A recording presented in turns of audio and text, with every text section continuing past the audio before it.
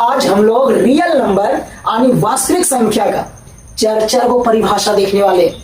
और वैसे वास्तविक संख्या सबसे महत्वपूर्ण संख्या है।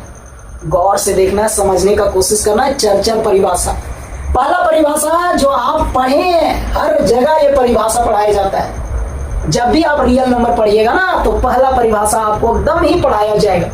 बहुत ही आसान परिभाषा है, हर कोई पढ़ता है। शुरुआत यही परिभाषा से करता है कि रियल नंबर इसको कहते हैं। क्या होता है परिभाषा? परिभाषा ये होता है वैसा संख्या जिसको हम लोग संख्या रेखा पर दर्शा सकते हैं।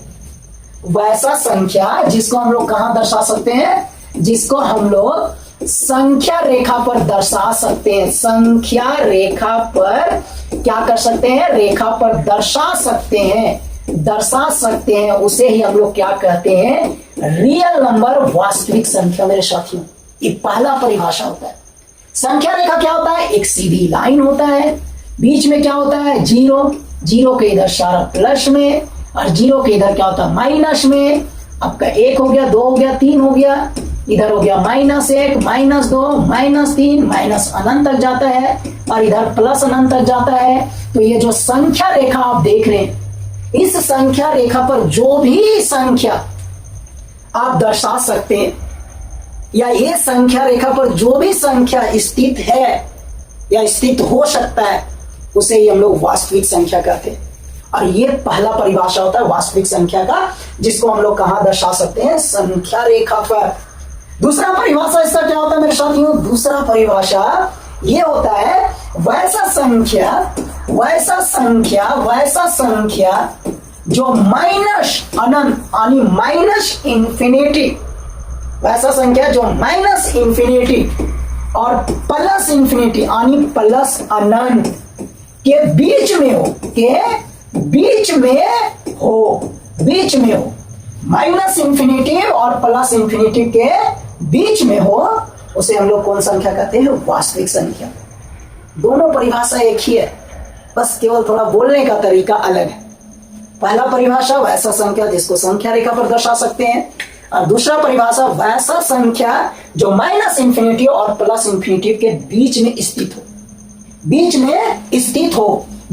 स्थित हो, वैसा संख्या को हम लोग क्या कहते हैं मेरे साथियों? वास्तविक संख्या, रियल नंबर। तीसरा परिभाषा क्या होता है?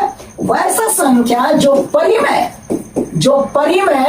और अपरिमेय संख्या का, परिमेय और अपरिमेय संख्या का मिश्रण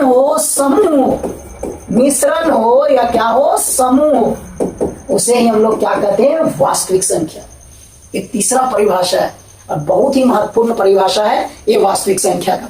वैसा संख्या जो परिमेय और अपरिमेय का मिश्रण हो, या सीधा सा बात, परिमेय और अपरिमेय संख्या के मिश्रण समूह को क्या बोला जाता है? वास्तविक संख्या। यानी परिमेय संख्या और अपरिमेय संख्या को मिला देते हैं, तब जो संख्या बनता है उसी को हम लोग वास्तविक संख्या कहते हैं।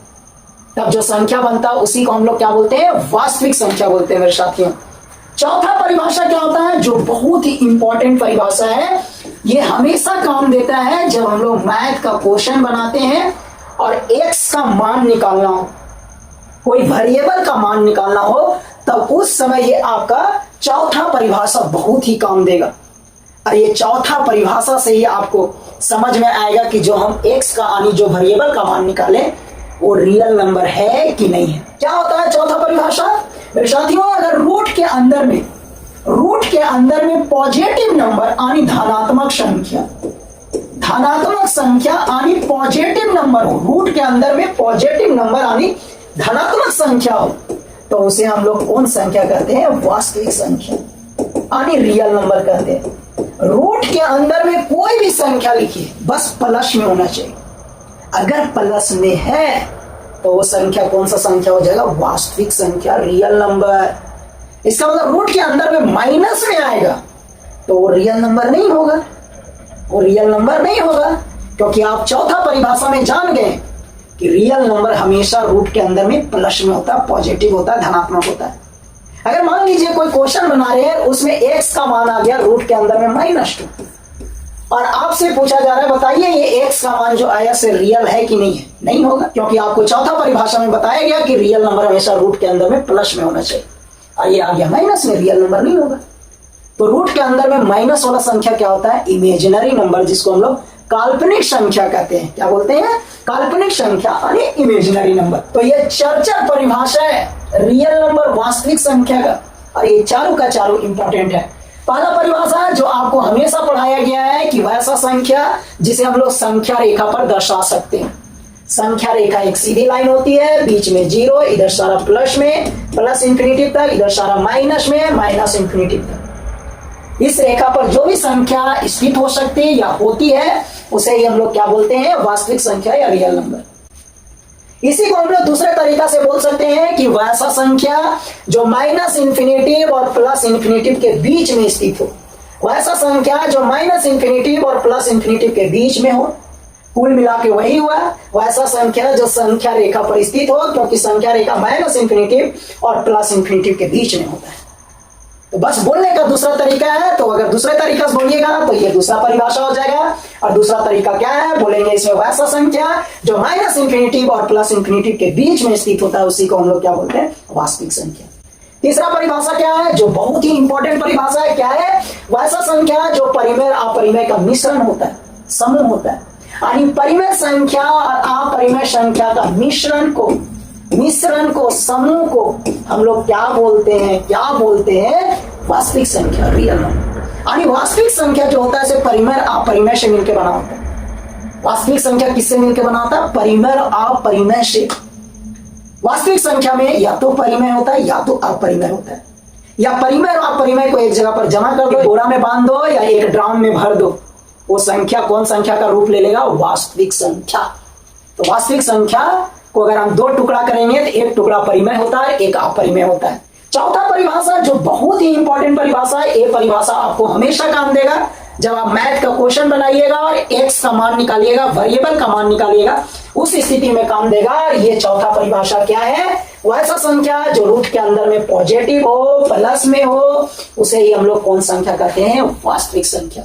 कौन संख्या कहते हैं? वास्तविक संख्या। लेकिन रूट के अंदर में कैसा होना चाहिए? प्लस। अगर माइनस आ गया तो वो कौन संख्या हो जाएगा? इमेजिनरी नंबर, काल्पनिक संख्या। इमेजिनरी नंबर, काल्पनिक संख्या माइनस आने के बाद रूट के अंदर प्लस में रहेगा वास्तविक संख्या।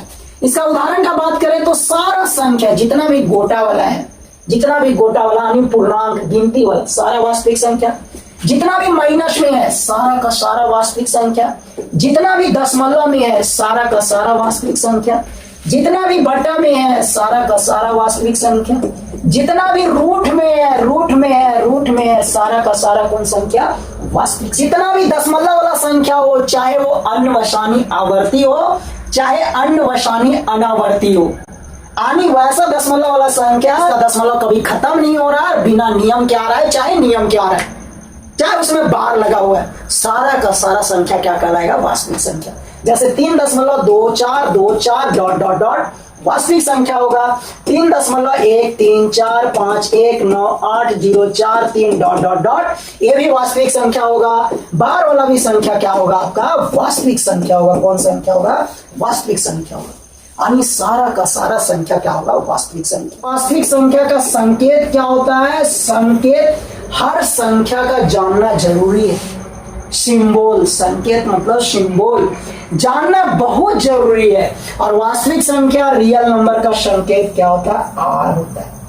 क्या होता है? आर होता है। रियल नंबर वास्तविक संख्या का संकेत क्या होता है? आर होता है। अब बताइए अभी तक सबसे बड़ा संख्या कौन हो गया? Real number. रियल नंबर से छोटा कौन हो गया? आपका परिमेय संख्या यानी रैशनल नंबर। रैशनल नंबर से छोटा कौन हो गया? पूर्णांक संख्या यानी इंटीजर। इंटीजर से छोटा आपका कौन हो गया? होल नंबर यानी पूर्ण संख्या। और पूर्ण संख्या से छोटा कौन हो गया? नेचुरल नंबर यानी प्राकृतिक संख्या। तो सबसे छोटा संख्या आपका प्राकृतिक, उससे बड़ा आपका हो गया पूर्ण, उससे बड़ा हो गया पूर्णांक, उससे बड़ा हो गया परिमेय संख्या, और सबसे बड़ा आपका कौन संख्या हो गया? रियल नंबर यानी वास्तविक संख्या। जरूर याद रखना है। भाज्य संख्या का दो नाम और होता है। आप इसे संयुक्त संख्या भी बोल सकते हैं या यौगिक संख्या भी बोल सकते हैं, और इंग्लिश में कंपोजिट नंबर बोलते हैं। क्या होता है मेरे साथ? भाज्य संख्या? हम लोग साथियों वैसा संख्या को भाज्य संख्या कहते हैं, वैसा संख्या को भाज्य संख्या कहते हैं जो संख्या एक से कटे, खुद से कटे और किसी और संख्या से कटे। एक से कटे, खुद से कटे और कम से कम किसी अन्य संख्या से कटे, किसी अन्य संख्या से कटे, वैसा संख्या को हम लोग क्या बोलते हैं? भाज्य संख्या। यानी वैसा संख्या जो कम से कम 3 संख्या से कटे, 3 संख्या से, एक से, खुद से और कम से कम एक अन्य संख्या से, एक और खुद को छोड़ करके एक अन्य संख्या से, दूसरा संख्या से। तो वैसा संख्या जो 3 संख्या से कम कट रहा है, कम से कम 3 संख्या से कट रहा है, 3 से ज्यादा जितनों संख्या से कटे चलेगा, लेकिन कम से कम 3 संख्या से कटना चाहिए, उसे ही हम लोग भाज्य संख्या कहते हैं। उसे ही हम लोग क्या कहते हैं? भाज्य संख्या, कंपोजिट नंबर, यौगिक संख्या या संयुक्त संख्या। उदाहरण क्या होगा मेरे साथियों? उदाहरण क्या होगा? उदाहरण 4 से शुरू होता है भाज्य संख्या, 4 से शुरू होता है, 4 से। 2 भाज्य संख्या नहीं है, 3 भी भाज्य संख्या नहीं है, 4 से शुरू होता है। 4 के बाद कौन होता है? 6 के बाद कौन होता है? 8 के बाद कौन? 9 के बाद कौन? 10 के बाद 12 के बाद कौन होगा? 14 के बाद कौन होगा? 15 के बाद कौन होगा? 16 के बाद कौन होगा? 18 के बाद कौन होगा? 20 के बाद 21 के बाद 22। इस तरह चलते रहता है।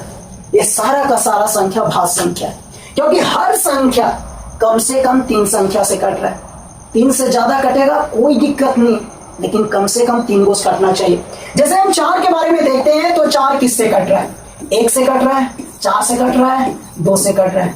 देखिए 3 को संख्या आ गया, 3 को संख्या आ गया जो तीनों 4 को काट रहा है। 6 किससे कट रहा है? 1 से कट रहा है। और किससे कट रहा है? 6 से। किससे कट रहा है? 2 से। और किससे कट रहा है? 3 से। 4 को संख्या से कट रहा है। हमको 4 को से मतलब नहीं, हमको कम से कम 3 को से मतलब। तो हर संख्या जो लिखा हुआ है वो 3 को से कम कट ही रहा है। तो ये सारा का सारा संख्या क्या कहलाएगा? भाज्य संख्या, कंपोजिट नंबर, संयुक्त संख्या या यौगिक संख्या मेरे साथियों। अब भाज्य संख्या से एक बहुत ही इंपॉर्टेंट क्वेश्चन है, बहुत ही इंपॉर्टेंट क्वेश्चन है। और क्वेश्चन ये है कि भाज्य संख्या का न्यूनतम गुणनखंड कितना होता है? न्यूनतम गुणनखंड कितना होता है? यानी कम से कम गुणनखंड कितना होगा? अगर कोई संख्या भाज्य है तो उसका कम से कम गुणनखंड कितना होगा? तो बताइए कम से कम गुणनखंड कितना होगा? तो मेरे साथियों कम से कम गुणनखंड कितना होगा? 3 गो होगा। यानी भाज्य संख्या का परिभाषा है कि कम से कम 3 गो से कटे। तो अगर भाज्य संख्या है तो कम से कम वो 3 गो संख्या से कटबे करेगी। तो कोई भी भाज्य संख्या का कम से कम यानी न्यूनतम गुणनखंड कितना होगा? 3 होगा। जिससे कटेगा उसी को गुणनखंड करते हैं। तो कम से कम 3 गो से कटेगा, यानी कम से कम न्यूनतम गुणनखंड कितना होगा? 3 होगा मेरे साथियों। अगर वही आपसे पूछा जाए कि भाज्य संख्या का अधिकतम गुणनखंड कितना होगा, अगर आपसे पूछ दिया जाए कि भाज्य संख्या का अधिकतम गुणनखंड कितना होगा, यानी अधिकतम कितना संख्या से कटेगा? अगर कोई भाज्य संख्या है तो अधिकतम वो कितना संख्या से कट सकता है? कितना संख्या से कट सकता है? तो बताइए कितना संख्या से कट सकता है? तो मेरे साथियों अगर कोई संख्या भाज्य संख्या है तो अधिकतम कितना संख्या से कटेगा ये पता करना मुश्किल है। ये पता करना मुश्किल है। इसका मतलब अधिकतम कितना संख्या से कटेगा जब ये पता करना मुश्किल है तो इसका मतलब अधिकतम गुणनखंड कितना होगा? अनंत होगा। कितना होगा? अनंत होगा। अनंत। कुछ भी हो सकता है, सोच नहीं सकते हो इतना संख्या से कटे। मुश्किल है पता करना, मुश्किल है गिनना, अनंत भी हो सकता है। तो भाज्य संख्या का अधिकतम गुणनखंड का आंसर क्या होगा? अनंत। और न्यूनतम गुणनखंड का आंसर क्या होगा? कम से कम 3।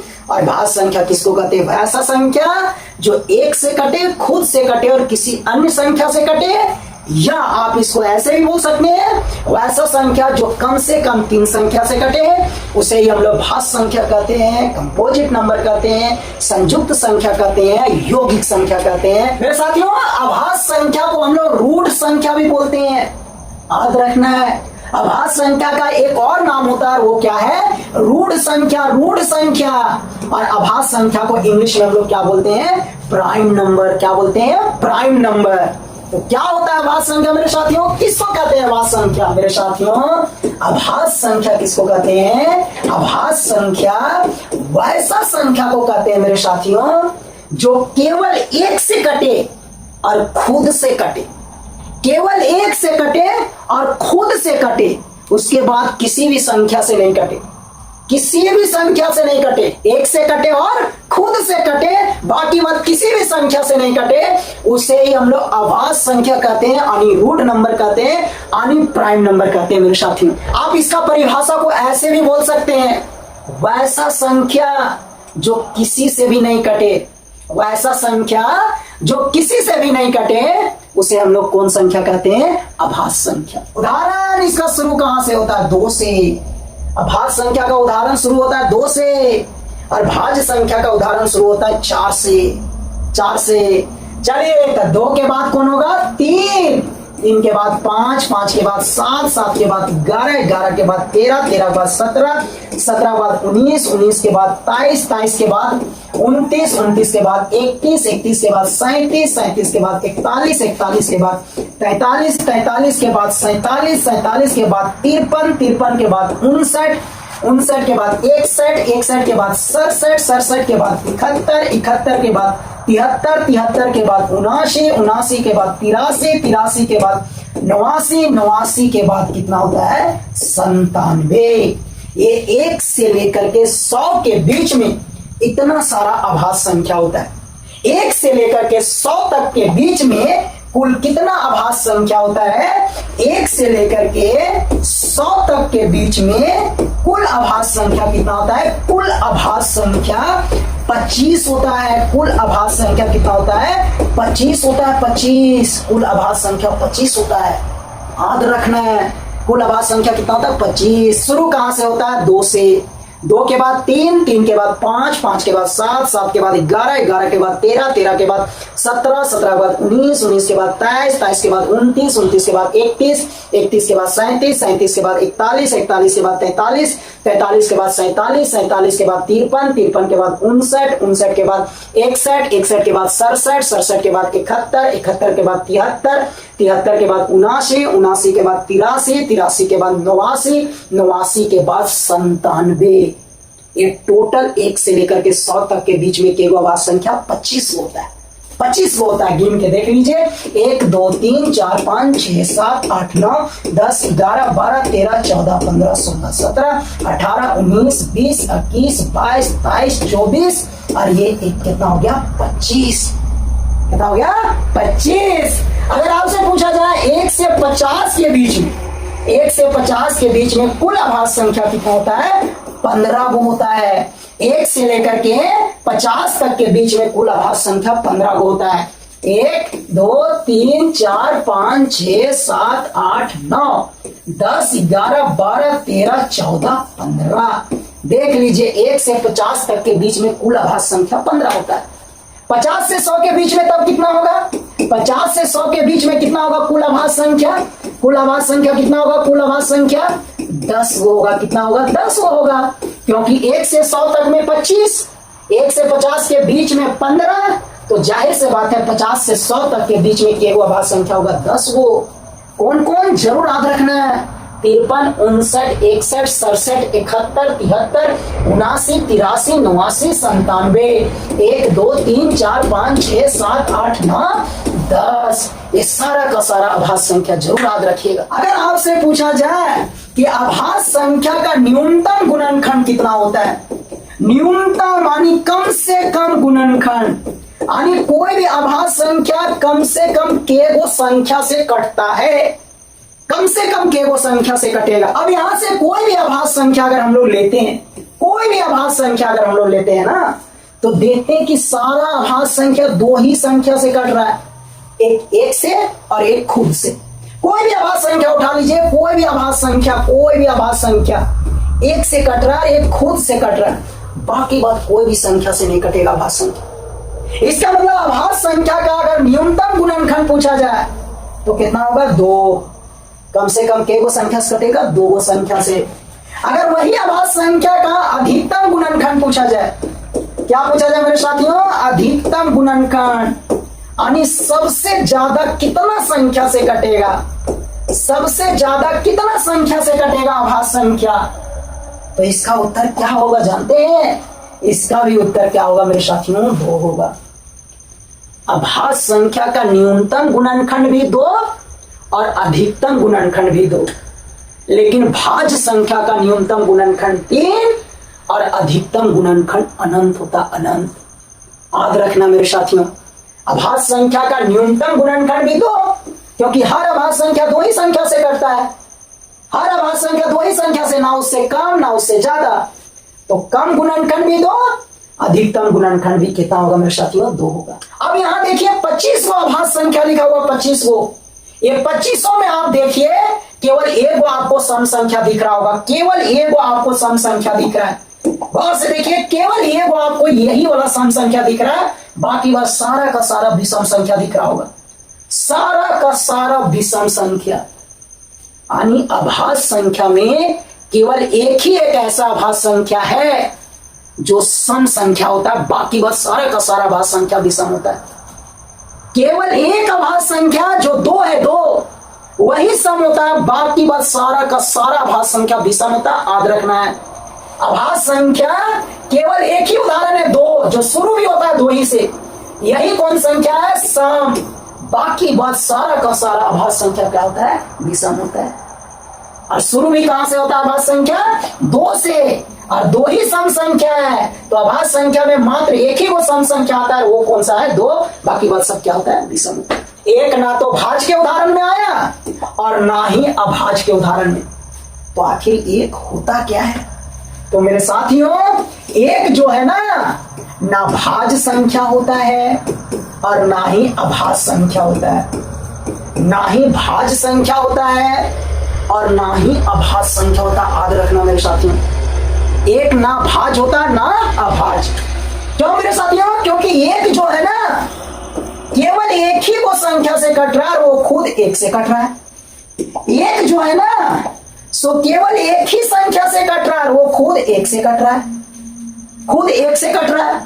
कोई सोच रहे होंगे कि एक से भी कट रहा है और खुद से कट रहा है, तो खुद भी तो एक हुआ, तो दोनों मिलकर के क्या वो एक हो गया? एक हो गया। यानी एक केवल एक संख्या से कटता है, एक संख्या से, और वो केवल एक से कटता है।